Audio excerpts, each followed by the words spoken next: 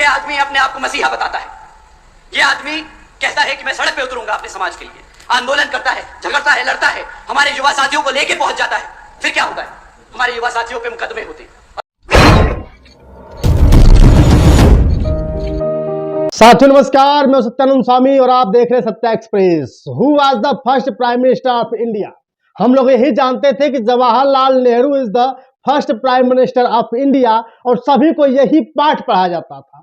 जब भी कोई इंग्लिश की स्पीकिंग सीखना चाहता था तो उस कोर्स के दौरान अक्सर इन सवालों का सामना करना पड़ता था कि who was the first president of India, who was the prime minister of India. तो हमें यही सिखाया जाता था Rajendra Prasad is the first president of India, और यह भी बताया जाता था कि Pandit Jawaharlal Nehru is the first prime minister of India.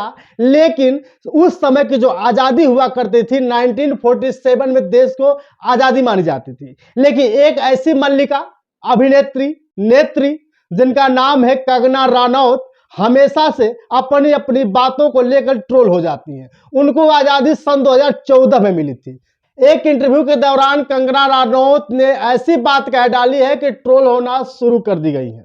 लगातार जितने भी यूजर्स हैं, विपक्ष के लोग ट्रोल कर रहे हैं कि कंगना रनौत को पढ़ने लिखने आता है या कि नहीं आता है, उन्होंने पढ़ा है या लिखा है या नहीं पढ़ा लिखा है, ये सिर्फ सुना है, और सुना भी तो गलत क्यों सुना।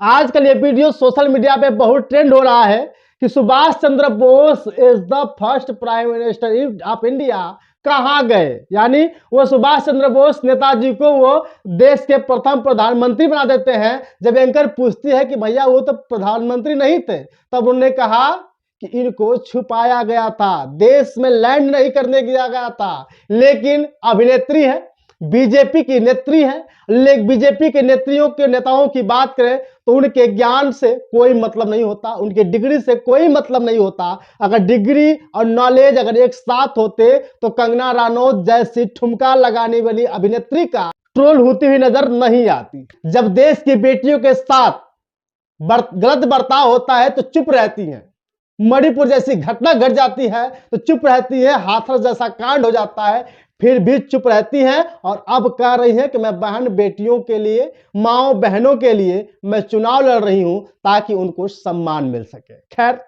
बीजेपी का हाल तो वही है, और बीजेपी का हाल यह भी है कि बीजेपी के सामने दूसरी पार्टी के लोग छोटे हैं।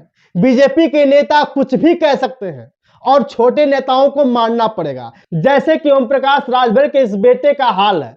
आपने सोशल मीडिया पे ये भी वीडियो ट्रेंड होते हुए देखा होगा कि ब्रजेश पाठक जी मऊ घोसी में आते हैं अरविंद राजभर के लिए, क्योंकि अरविंद राजभर और उनके पिताजी के जो बयान उल्टे साधे बीजेपी के खिलाफ में हुआ करते थे, तो ब्राह्मण ठाकुर भुइहार लोग अरविंद राजभर से नाराज हैं। उनका वोट साधने के लिए ब्रजेश पाठक जब मऊ पहुंचते हैं, ओम प्रकाश राजभर के बेटे को जबरदस्ती कहते हैं चलो माफी मांगो माफी मांगो।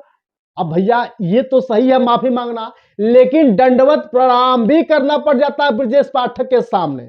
मान रहे हैं इस बात को, क्योंकि ओम प्रकाश राजभर जी छोटे दल के नेता है।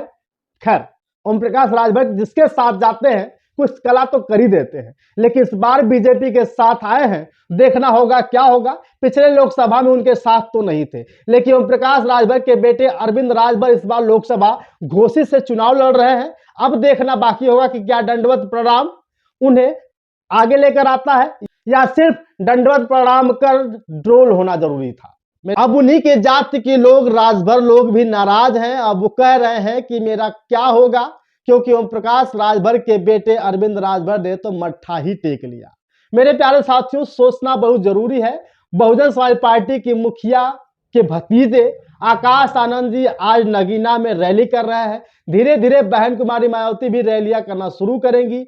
जैसे जैसे चुनाव नजदीक आएगा बहुत ही बड़ा खेला होगा। 19 अप्रैल को पहला चुनाव है, और तो और अखिलेश यादव लगातार प्रत्याशियों को बदलने का काम शुरू कर दिया है। कंगना रनौत के बारे में क्या सोचते हैं, क्योंकि उन्होंने तो कह ही दिया है कि Subhash Chandra Bose was the first prime minister of India.